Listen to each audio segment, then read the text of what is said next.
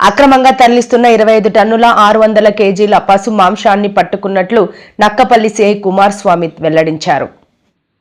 CI చెప్పిన వివరాల ప్రకారం వెస్ట్ బెంగాల్ నుండి హైదరాబాద్ UP-15HT 5312 కంటైనర్లో పశు మాంసం తరలిస్తున్నారని మాకు ఖచ్చితమైన సమాచారంతో వెంపాడు టోల్ ప్లాజా సమీపంలో పట్టుకున్నామని, కంటైనర్ను తెరిచి చూడగా అందులో ప్యాకింగ్తో 25 టన్నుల 600 కేజీల పశు మాంసం గుర్తించాము.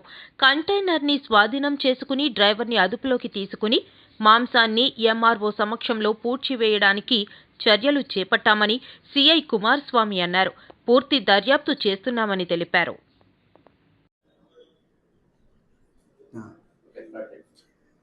నిన్న సుమారు ఉదయాన్నే 10-10:30 టైంలో ఇల్లీగల్గా ఈ పశు మాంసం తరలిస్తున్నారని మాకు ఇన్ఫర్మేషన్ వచ్చింది.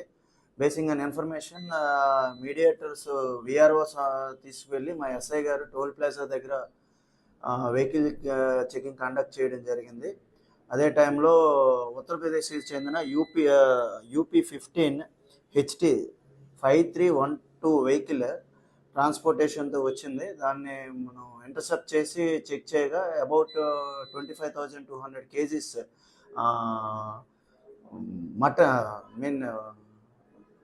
పశు మాంసం ట్రేస్ చేయడం జరిగింది. అది వెటనరీ డాక్టర్తో కూడా సర్టిఫై చేయడం జరిగింది. దాని మీద మనం కేసు రిజిస్టర్ చేసి డ్రైవర్ని అదుపులోకి తీసుకున్నాం. అది యాజ్ వెల్ యాజ్ ఎవరైతే వెహికల్ ఓనర్ ఉన్నారో ఆయన మీద కూడా కేసు రిజిస్టర్ చేయడం జరిగింది. దీన్ని ఏంటంటే ఎంఆర్ఓ గారి సమక్షంలో ఎంఆర్ఓ గారి పర్మిషన్ తీసుకొని ఈరోజు బరీలు కూడా చేయడం జరుగుతుంది. కేసు ఫర్దర్ అక్యూజర్స్ కోసాన్ని వాళ్ళ CDRs అవన్నీ వెరిఫై చేయడం కూడా జరుగుతుంది. ఇది వెస్ట్ బెంగాల్లో పర్చేజ్ చేసామని చెప్పారు. వెస్ట్ బెంగాల్ నుంచి హైదరాబాద్ తీసుకెళ్తున్నారు.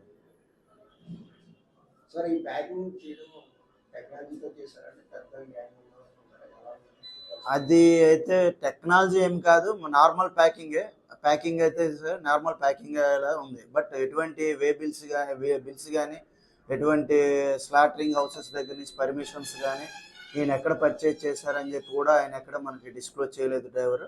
ఆయన దీని మీద అనుమానం మీద మనం తీసుకున్నాం. ఆయన కూడా చెప్పాడు ఇది పశువులకు సంబంధించిన మీట్ అని చెప్పడం జరిగింది. పర్మిటెడ్ స్లాటరింగ్ హౌసెస్ దగ్గర పర్చేజ్ చేయలేదు కాబట్టి మనం సీజ్ చేయడం జరుగుతుంది.